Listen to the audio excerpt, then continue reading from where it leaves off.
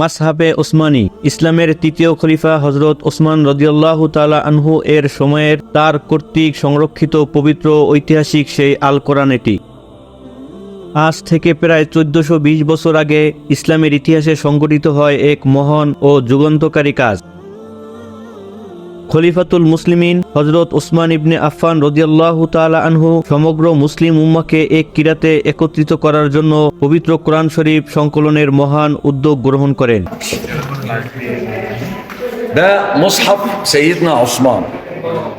هذا المصحف عمره يزيد عن 1420 عام.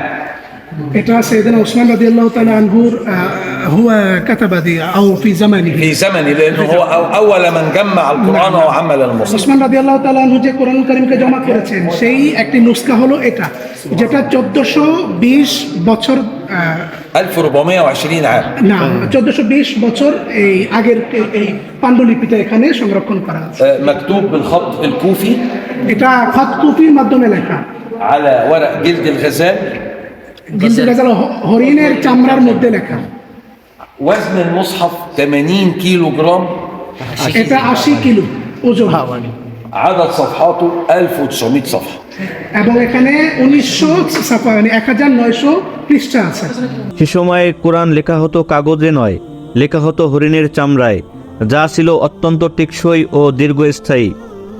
কুফি লিপিতে হাতে লেখা সেই ঐতিহাসিক কোরআন শরীফ ছিল আকারে বিশাল এবং ওজনে প্রায় 80 কেজি।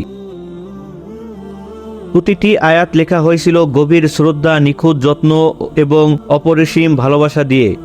এই সংকলনের মাধ্যমেই সংরক্ষিত হয় আল্লাহ তাআলার কালাম পবিত্র আল কোরআন, যা আজও একইভাবে পৌঁছে গেছে বিশ্বের কোটি কোটি মানুষের হৃদয়ে।